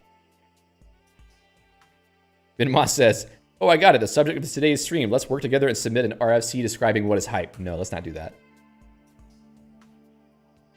Not really the idea here. Nico says, isn't Emacs complex? Yeah. But the thing is, in Emacs, I think that you opt into the level of complexity that you want. Other people can chime in with their opinion on that. But if a person opens Emacs, they will be presented with a screen that gives them, you know, some links to click on to go to the manual, tutorial, et cetera, et cetera. But if you've never opened Emacs before, your first thought might be, ew, this thing is kind of ugly. Whoa, the screen went dead. The first thing you might think is, ooh, this thing is kind of ugly. But it might actually look like just a normal text editor to people. So they might be able to give it a shot and, you know, use it at a basic level. They may not like it so much because they don't really understand what value it provides. And that's kind of where I was back when I first came in contact with Emacs. Like I was in a computer lab at college and someone was using Emacs instead of, you know, Vim or something else. And I didn't really see what the value was. And I don't think they really did either. They just heard Emacs was cool, so they were just using it. I didn't really get it until much later. But I think that with Emacs, you opt into the level of complexity that you want. You can do a lot with very simple Emacs list configuration. And then you can go completely off the rails and, you know, have a multi-file modularized configuration that, you know, conditionally loads things based on whatever criteria you have and, you know, uses advice to customize all kinds of stuff and all this kind of good stuff. Yeah, it gets complex then. And, you know, you deal with the complexity because you've opted into the complexity. But I don't think Emacs is inherently complex. I think it's just foreign. It's not the same as other programs you're used to. The default key bindings for most things are not the same, but I don't think it's complex without making it complex. I could be wrong. I would love to hear dissenting opinions on that. And we're going really deep on the German in the IRC chat, it seems. Okay. Benoit says, I'm the only one I know that uses Emacs at work. Yeah. I don't think that I was probably in a very small group of people who used Emacs at the place I worked. I'm sure that there were more than 10 because it's quite a big company, but it wasn't that many. So that was all the individual examples that we had to talk about there. Alejandro says, Zed is a little heavier than Ed. Yeah, it's definitely going to be significantly heavier than Ed. Judy says, I'm the only person who uses Emacs at work. Everyone else uses Visual Studio. So what was that on complexity? Yeah, Visual Studio. Good God, man, Visual Studio. It's like the Office of text editors. When I say Office, I mean Microsoft Office, because it's just all toolbar buttons. See Ashraz. Yeah, Visual Studio, Eclipse, any of those like really monolithic, heavyweight IDEs, those are complex. Especially when you're dealing with project files that end up getting tweaked somehow and they're in a bad state and now your IDE keeps crashing because it doesn't understand the format of the file that it's trying to load anymore. Maybe you got a merge conflict somewhere in your CS proj file or SLN file or whatever. I really feel like it's a liability. Yeah, broken solution file. That happens more often than people think. 100%. I do not think Visual Studio is a simple program, but you know, there's still a lot of people who use it because it's probably one of the better C++ IDEs. But I'm not a C++ developer, nor do I want to be. So I'm perfectly happy using Emacs and using MetaX compile to run a makefile. I don't need all the extra UI gadgetry. Okay, Gartner hype cycle.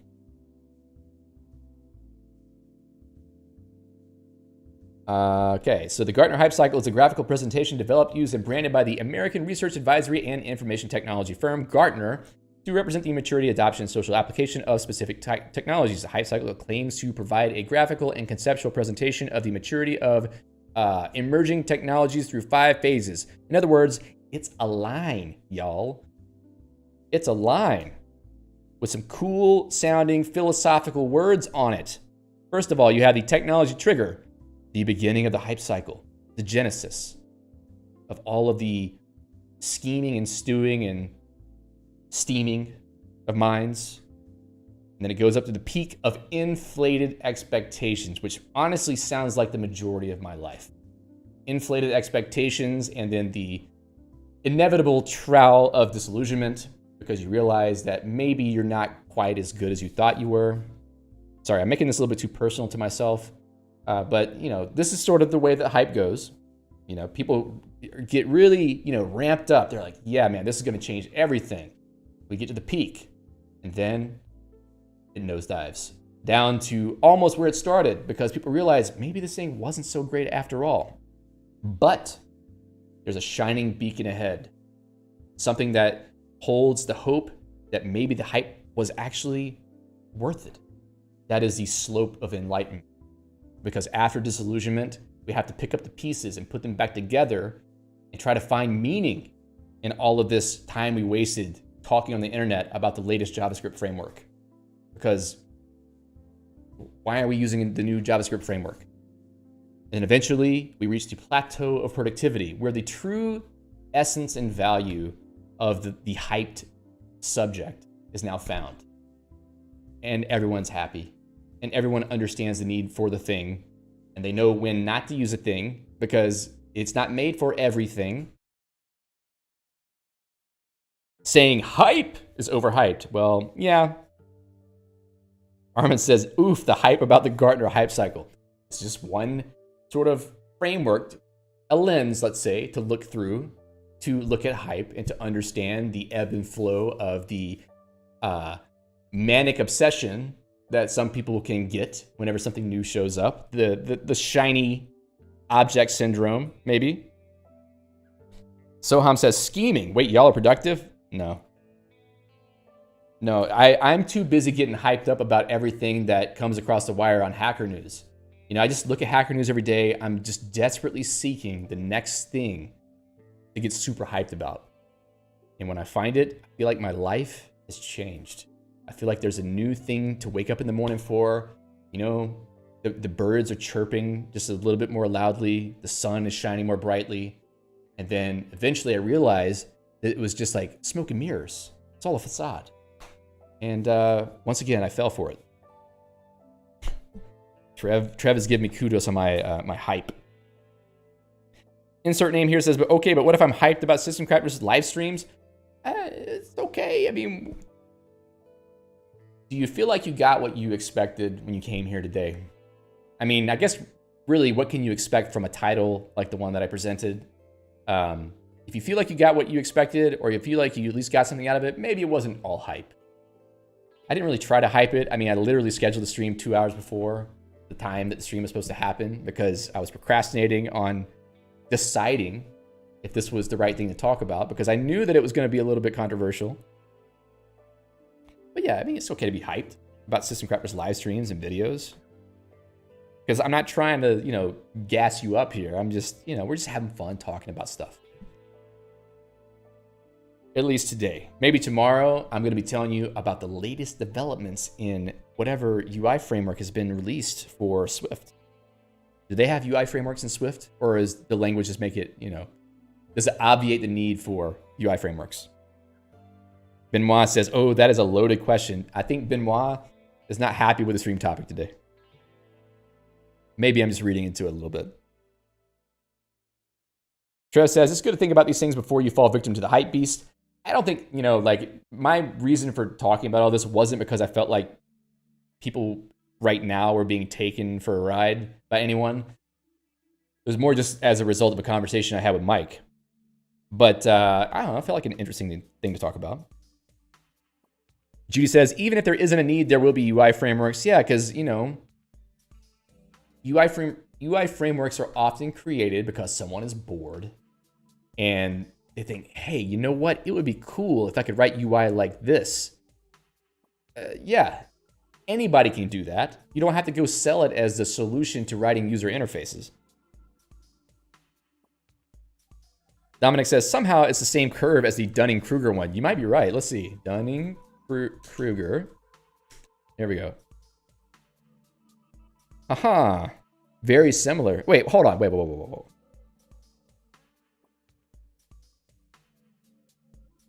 Gartner. So I'm going to call it right now. Gartner's a scam.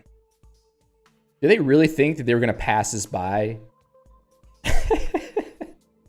Do they really think they were going to pass this by? Or pass this off as like unique individual work? Because this is literally the same thing.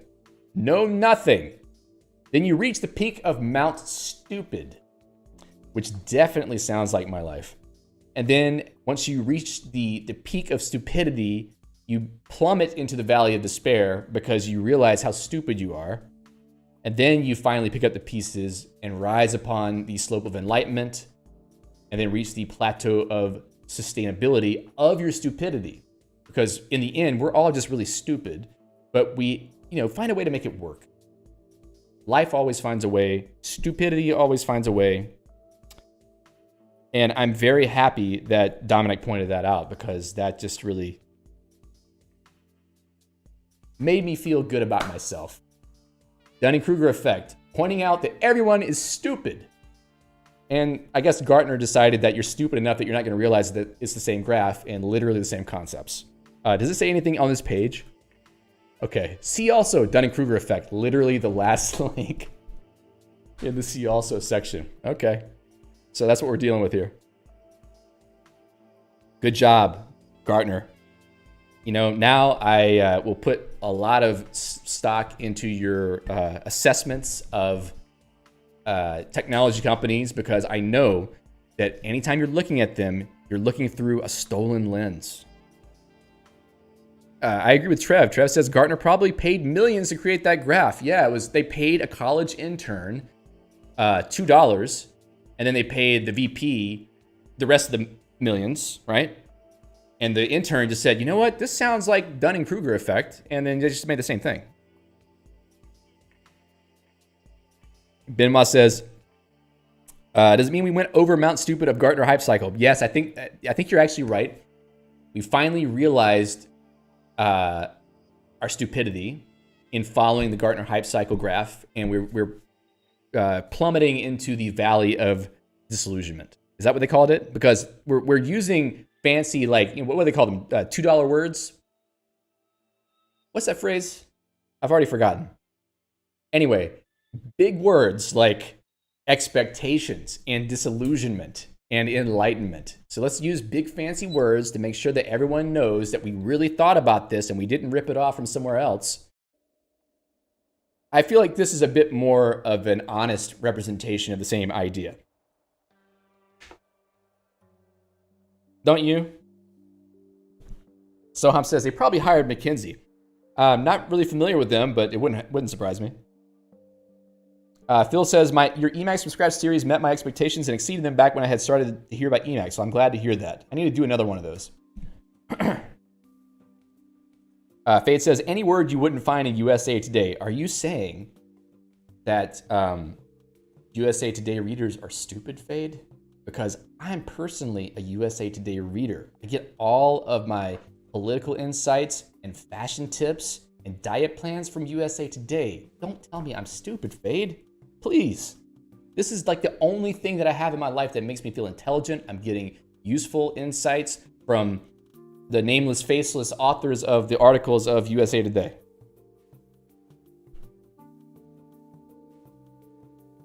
Insert name here says, my band is called Valley of Despair. Well, that sounds pretty dope. I hope it's a death metal band. I would listen to a death metal band called Valley of Despair. Okay, where were we? So I'm kind of on board with Dunning-Kruger in general. Just the concept. I like this graph. I think I'm gonna get it tattooed on my forehead. So when I look in the mirror in the morning, I can gauge where I'm at on the chart. You know, you really need to take a sober assessment of your level of stupidity on any given day.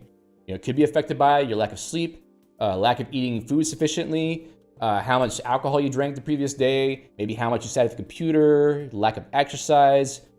Just use this every day as your indicator of how stupid you are and act accordingly. Because the only way that you can overcome your stupidity is to be aware of it. Because I think that's sort of like one of the core principles of Dunning-Kruger. Like, you got to know how ignorant you are before you can solve your ignorance. If you don't know how ignorant you are, you're basically just a baby sitting in a pile of your own feces. This stream really went off the rails. I'm sorry. Yeah. Great Friday. Oh God. Soham says, I thought this was an InfoWars community. Do not put me in that camp.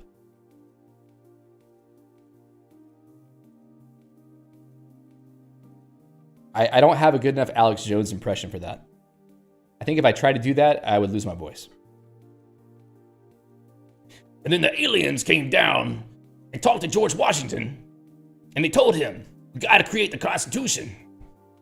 Not very good. Benoit says, that would make a great shirt with a big red arrow. You are here. Somebody should make that. We should sell that on the System Crafter store. Dave is sending an article saying, Dunning-Kruger effect, probably not real. It probably isn't real, but once again, we bought the hype, you know, bought the ticket. We took a ride on the roller coaster of the Dunning-Kruger effect. The Dunning-Kruger effect apparently applies even to the Dunning-Kruger effect, if you can believe it. Oh boy. Bade's throwing up over on the Twitch chat. So what have we learned today? I would say that hype is a continuum.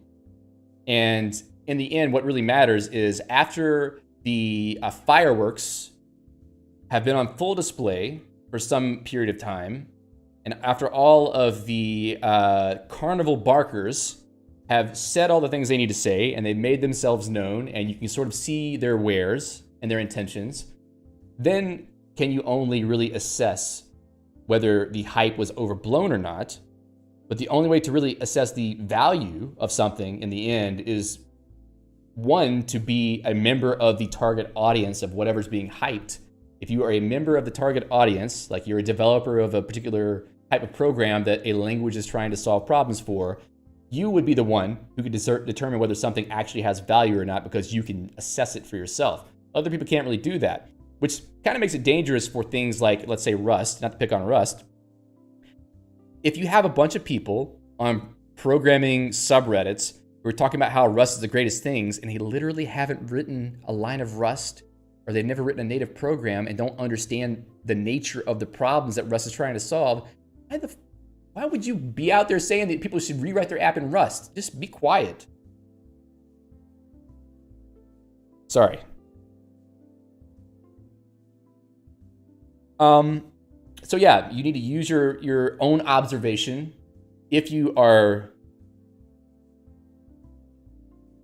a member of the target audience, and sort of just see, you know, try things for yourself, pay attention to who's out there, you know, fluffing up the hype. What are they getting out of it? You know, making a lot of money, getting a lot of clout, a lot of fame. What are they doing with it? Are they helping people? Or are they just sort of trying to get the attention to be all about them? Things like that. See you, Benoit. So, I don't know. That's where I'm going to leave it for now. Hopefully that was useful to somebody. It was fun to talk about it. It was a great opportunity to just rant and have a little bit of fun here. Not so sure people liked it, but that's okay. I'm good with it. Next week, I will be getting out another video in the sort of org mode productivity style series. I'm not sure which one it's going to be yet, but it might be one of the ones that I alluded to in the previous video. If this is the first time you're hearing about it, I did publish a video earlier this week about productivity with org mode. So check that out if you haven't seen it yet. And then, yeah, as always, we'll have another stream on Friday. Maybe not the following week, though, because I might be out of town. But definitely on Friday, we'll have a stream. So anyway, thank you all for being here today and indulging me in this journey of discovery of our own stupidity, reaching the valley of despair, and the slope of enlightenment, and then finally reaching the plateau of sustainability in the understanding that, we probably shouldn't be talking about philosophical issues on an Emacs channel. So I hope all of you have a great weekend, and until next time, happy hacking. We'll see you.